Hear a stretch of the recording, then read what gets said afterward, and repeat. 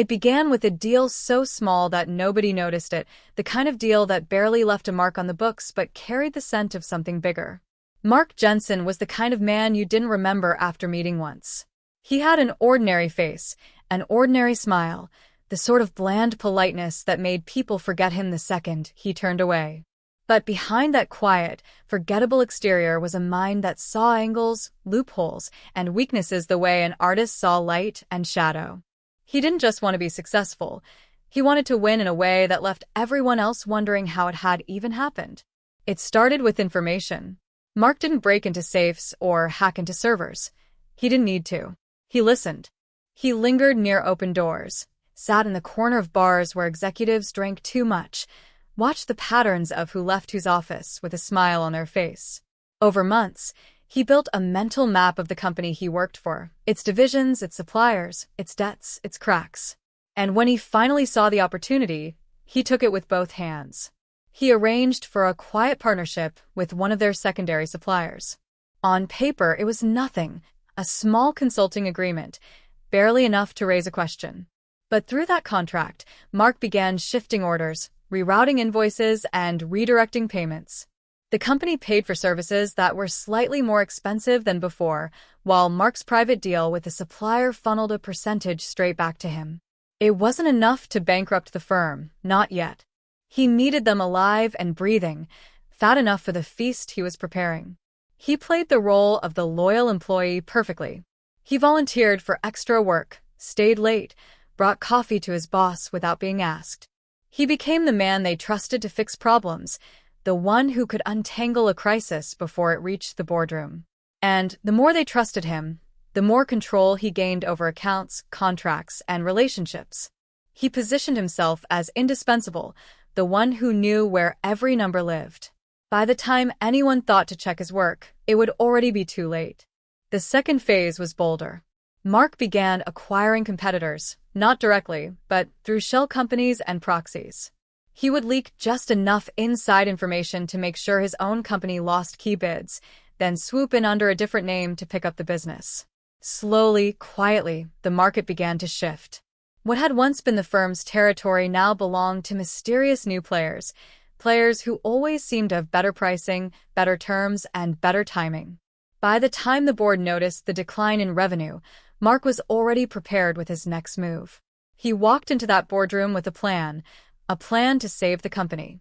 He suggested they sell off assets, consolidate departments, and outsource key operations to a more efficient third party. That third party, of course, was one of his own shell companies, hidden behind layers of legal obfuscation. The company paid him millions to save them from a problem he had created. In less than 2 years, Mark had done what most entrepreneurs couldn't do in a lifetime. He had built a network of companies, all funded by the slow bleeding of the firm he was supposed to protect. When the time was right, he pulled the final lever. He convinced the board to sell the company outright to a larger conglomerate, a deal that netted him a bonus so large it could have funded 10 retirements. Then, before the ink was dry, he sold off his hidden stakes in the shell companies for a fortune and disappeared. When the new owners arrived, they found a company that looked healthy on the surface but was hollow underneath, its most profitable contracts already gone, its suppliers tied to strange, binding agreements that favored someone else entirely. By the time they untangled what had happened, Mark was gone, living under a different name, running a new game somewhere else. People whispered about him in boardrooms and back offices. Some called him a genius, others a criminal, but no one could deny what he had done. He hadn't just stolen money. He had stolen the very beating heart of a business and turned it into his own machine. It was the ultimate heist, clean, elegant, and unstoppable, a cheat's guide to success written not on paper but in the ruin he left behind. And somewhere Mark was already planning the next one. Mark's escape was not as clean as he had hoped. The night after the acquisition deal was signed, he sat in a dimly lit hotel room overlooking the city, the sound of distant traffic humming through the window. His phone buzzed with the notification of the wire transfer, his final payout. For a moment, he allowed himself a rare indulgence, a smile. Years of manipulation, of carefully placing every domino in just the right position, had finally paid off. But then came a knock on the door. It was soft, almost polite, but it cut through the silence like a blade. Mark's smile disappeared. Nobody knew where he was, not officially. He had paid for the room in cash, registered under a false name. He stayed still for a moment, listening. Another knock, this time sharper. He reached into the nightstand, pulling out the small pistol he always carried when things were near the endgame. "Mr. Jensen," a calm voice called from the other side. "You're very hard to find." His stomach turned cold. Whoever this was, they knew his name. He didn't open the door. He grabbed the briefcase with his documents, cash, and laptop, heading for the fire escape. By the time he reached the alley below, the man was already there, waiting. He was tall, dressed simply, no badge, no weapon visible. "You're smart," the stranger said, his voice still calm. "But you've made enemies who are smarter." Mark didn't speak.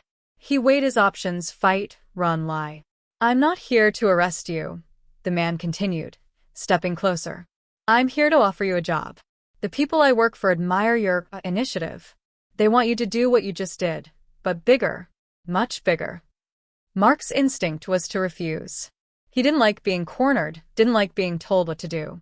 But something about the man's expression told him this wasn't really a choice. "Think about it," the man said, handing him a card with nothing but a phone number on it. "Call me within 48 hours, or we'll find someone else. And trust me, you don't want us to find someone else." When the man walked away, Mark felt a strange chill. For years, he had been the one pulling the strings, the one manipulating others like pieces on a board. Now, for the first time, someone was playing a game with him. That night, he couldn't sleep. He sat at the small desk, staring at the card. The logical thing to do was disappear, change his identity again, leave the country. But the challenge gnawed at him. Whoever these people were, they were powerful enough to find him in hiding, powerful enough to scare him, and that meant they were powerful enough to be interesting. 2 days later, he made the call. The job was unlike anything he had ever done. It wasn't about bankrupting a single company. It was about destabilizing an entire sector, crashing one market so another could quietly rise. The operation was global, involving shell corporations, corrupt officials, forged data, and digital sabotage. Mark became a ghost in the system, rewriting financial histories, erasing debts, making and breaking fortunes with a push of a key. But the deeper he went, the more he began to realize that this wasn't just about money. The people he was working for weren't businessmen. They were something far older, far more dangerous. He saw hints of governments leaning, wars starting and stopping, elections swinging overnight. His schemes were just one part of a much larger puzzle, and for the first time, Mark began to wonder if he had gone too far. The night he tried to walk away, they reminded him who held the leash. His accounts were frozen, his new identity burned. A quiet warning arrived in the form of a newspaper clipping, a picture of someone from his past, someone he thought was safe, with a red X drawn over their face. Mark wasn't just playing the game anymore. He was trapped inside it. And yet, somewhere in the cold fear that gnawed at him, there was something else: excitement. This was no longer about greed, no longer about success. This was about survival. And if there was one thing Mark Jensen had always been good at, it was turning survival into victory. He poured himself a drink, opened a fresh notebook, and began sketching out his next move. If they thought they could own him, they were wrong. He would play their game for now. But someday soon, he would flip the board over entirely and take everything for himself again. This time, the heist wouldn't just be about a business. It would be about the world. Mark's descent into the shadows only deepened after that night. He moved constantly, from city to city, country to country, leaving no trail except for the chaos he orchestrated. The mysterious group, he still didn't know their true name, gave him assignments with impossible precision. They would send a simple, encrypted message, a number, a date, a single word. That was enough for him to know what market to hit, which contract to forge, which person to destroy. Soon, he wasn't just manipulating companies. He was breaking governments. He orchestrated a scandal that toppled a minister in South America. Also, a particular trade deal would collapse. He engineered a cyber attack on a major bank, then used the resulting panic to buy its assets at a fraction of the price through his web of ghost corporations. Each success pulled him deeper into the game. Each move made him richer, but also more dangerous and more exposed. Mark began to notice things. Faces that appeared in multiple cities, watching from a distance. Cars parked outside his hotels that vanished when he approached. He wasn't just working for the group anymore, he was being watched by them. One night, in a private penthouse overlooking Hong Kong's harbor, he decided to test them. He rerouted one of their transactions, just a small one, siphoning off an extra few $1 million into a hidden account they didn't know existed. He expected silence. What he got instead was a message delivered to his phone. "We see you. Do not try that again." No threats, no shouting. Just a reminder that there was no move he could make that they didn't already know. But Mark wasn't the kind of man to stop. He began building something of his own, a counter-network. He recruited hackers, disillusioned analysts, black market brokers, even former spies. Some were loyal, others just greedy enough to work for him. Together, they started mapping the group, tracing its shell companies, its proxies, its secret deals. Every transaction Mark executed for them, he logged. Every order, every target, every hidden partner. It was dangerous work. One by one, some of his new allies started disappearing. A hacker in Berlin was found dead in his apartment. A broker in Dubai was arrested on charges that didn't make sense. A spy contact went completely silent. Mark realized he was running out of time. The turning point came during what was supposed to be his biggest job yet, crashing the entire shipping industry in East Asia to trigger a global supply chain crisis. He had everything in place: hacked navigation systems, falsified customs data, even staged accidents at key ports. But the night before it was set to happen, he received an anonymous file. Inside was proof that this crisis wasn't about profit at all. It was meant to provoke a war between two nations, a war that would kill millions. For the first time, Mark hesitated. He sat alone in a dark room, staring at the glowing screen.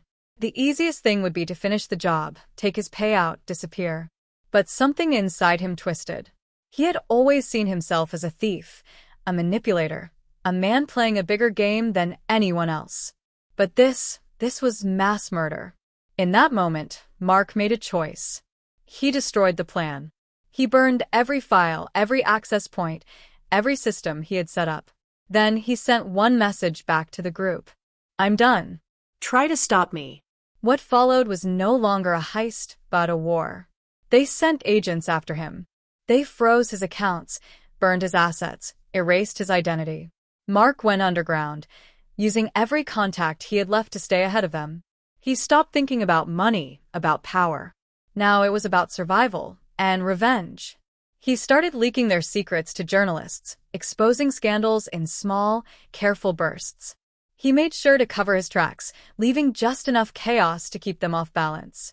Each revelation cost them money, cost them influence, cost them control. Mark knew it was only a matter of time before they caught up to him. But he also knew one thing: if they wanted a war, he was going to give them one they'd never forget. And somewhere, deep down, a part of him thrilled at the thought. For years he had played games with businesses, with numbers, with lives. But this was the ultimate heist. Not to steal money, not to win power, but to steal freedom back from the people who thought they controlled everything. It wouldn't be quick. It wouldn't be clean. But Mark Jensen was ready to burn the world down, if that's what it took.